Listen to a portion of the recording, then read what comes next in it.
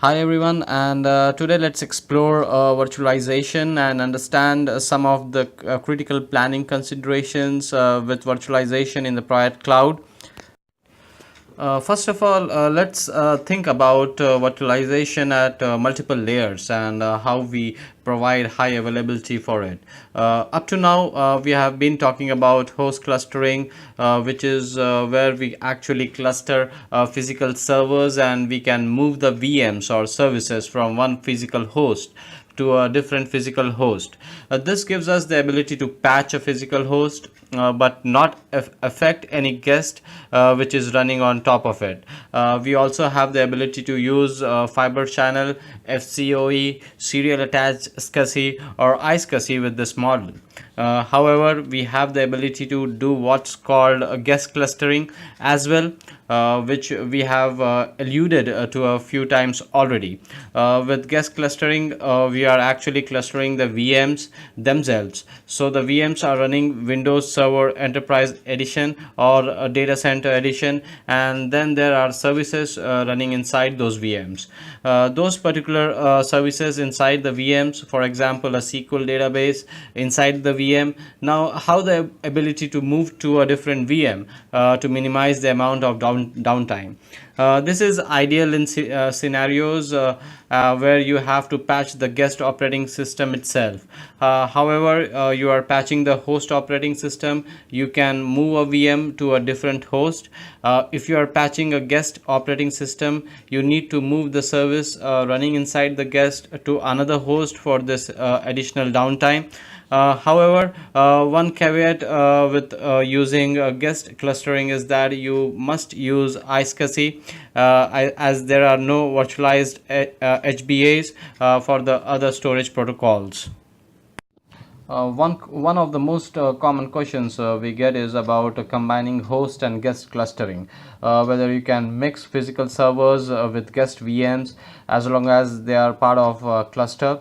The answer to this is yes, as long as these pass the built-in validation tests. When you are mixing both the physical clustering and the guest clustering, you actually have the best of both worlds. High availability. You have high availability at the physical layer for maintenance on the physical host, and then you have high availability of the virtual layer for keeping any type of virtualized server online and running at the same time. As we think about using virtualization and running a lot of VMs on cluster nodes, we need to think of planning the density of the host itself. Cluster supports up to 1000 VMs, and this could be any size cluster from 4 nodes up to 16. But remember, when you deploy these VMs, it's best to spread them out across all of the hosts so you're not overwhelming a few particular hosts. Clustering uses an active model, meaning that every server, if you want, can run a workload. There is no requirement to have one or more servers sitting completely passive. However, when you plan this density, you also need to keep in mind some of the HyperV limits, which include 384 VMs per host or per node, as well as 512 virtual processors per host or per node. But don't just think about the initial capacity that a VM or host needs to hold. Think about what happens when there's a crash and one of the nodes in your cluster becomes unavailable. All of those VMs that are running on the host which has just crashed must be spread to all of the other nodes throughout the cluster. You have to consider the capacity that a VM or a host may need to take. I here mean the additional capacity that a VM or host may need to take on when there's a crash, so that's it can continue maintaining the availability for all the VMs throughout the environment. Additionally, I just want to add one more thing. When you are thinking about having 1000 VMs, consider what you are actually doing inside each VM. 1000 might be an achievable number if you are doing minimal work inside the VM itself.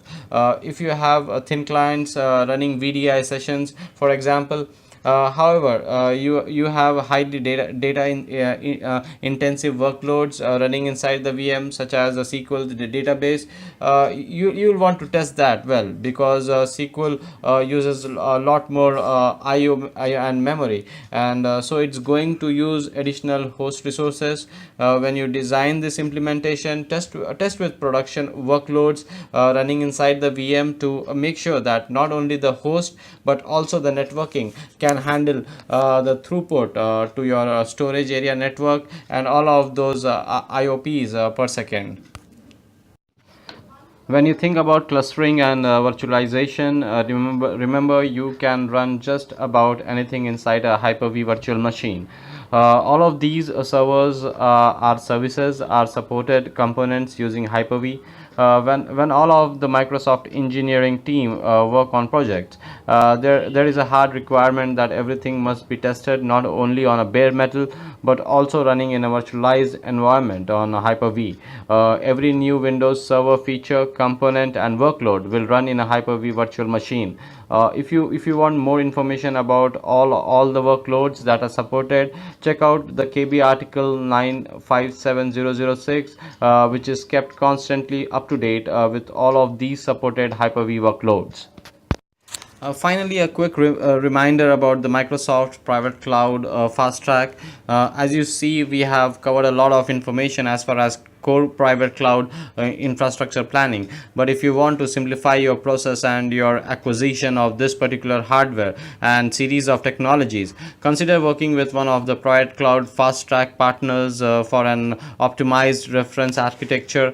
This architecture includes all of these different components for compute, storage, and network. It includes all the configurations that you need, and it can be made highly available and support virtualization as soon as you get the product. So if you want to skip a lot of these complex steps with the planning, consider using the Microsoft Private Cloud Fasttrack as a key reference architecture to give you several choices to immediately have you deploying and getting your private cloud up and running.